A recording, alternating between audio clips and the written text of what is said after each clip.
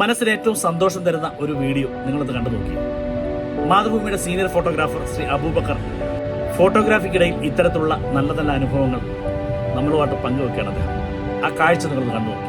പമ്പാ നദിയിൽ വലയിൽ കുരുങ്ങിയ ഒരു കൊറ്റിയെ മരണോപ്രാളത്തിൽ നിന്ന് രക്ഷിക്കുന്ന ആ ഒരു കാഴ്ച ഒന്ന് കണ്ടു നോക്കി.